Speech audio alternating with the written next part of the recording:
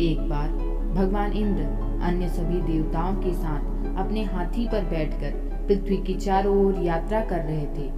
वह सभी दुर्वासा ऋषि के आश्रम में पहुंचे। ऋषि ने भगवान इंद्र को फूलों की एक विशेष माला भेंट की। भगवान इंद्र ने वह माला अपने हाथी के सूंड में यह सोचकर डाल दी कि वह उस माला को अपने गले में डाल लेगा, लेकिन उस शरारती हाथी ने माला जमीन पर फेंक दी। उसकी इस हरकत ने दुर्वासा ऋषि को क्रोधित कर दिया।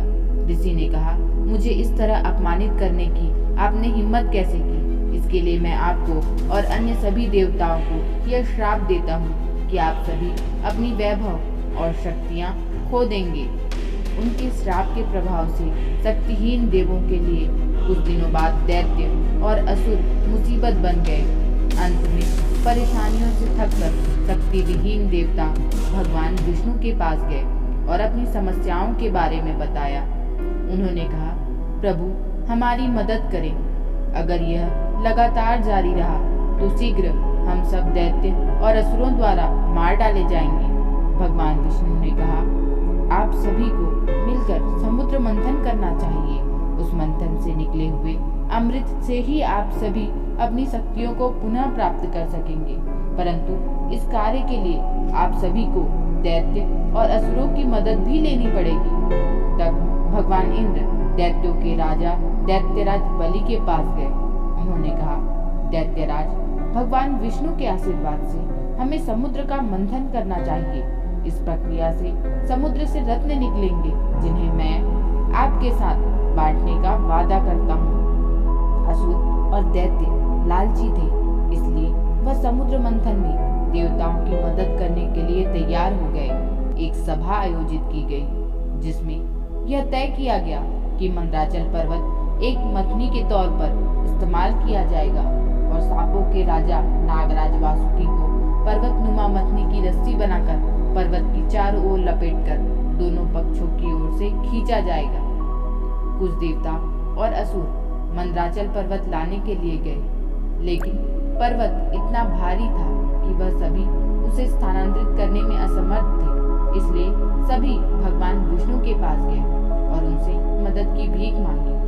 भगवान विष्णु गरुड़ पर सवार होकर गए और उन्होंने सिर्फ अपने दाएं हाथ से पर्वत उठा लिया। फिर वह उसे समुद्र में नीचे ले गए और मंथन शुरू हो गया। सबसे पहले हलाहल जहर वासुकी के मुख से निकला। यह जहर पृथ्वी पर फैलने लगा और कई पौधों और निर्दोष पशुओं को मारने लगा। इस जहर को लेने के लिए कोई तैयार नहीं था। वह सभी मदद के लिए भगवान शिव के पास गए। भगवान शिव ने जहर पीकर अपने कंठ में एकत्रित कर लिया था। उनकी मृत्यु नहीं हुई क्योंकि वह बहुत ही शक्तिशाली थे, परंतु जहर के कारण उनका कंठ नीले रंग में बदल गया। यही कारण है कि भगवान शिव को नीलकंठ भी कहा जाता है। हलाहल के निकलने के बाद मंथन जारी रखा गया।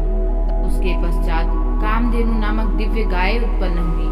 यह गाय अग्निहोत्र अर्थात यज्ञ की सामग्री उत्पन्न करने वाली थी, अतः भगवान विष्णु ने यह गाय ऋषियों को भेंट कर दी। उसके पश्चात उच्चस्त्रवा नामक घोड़ा प्रकट हुआ।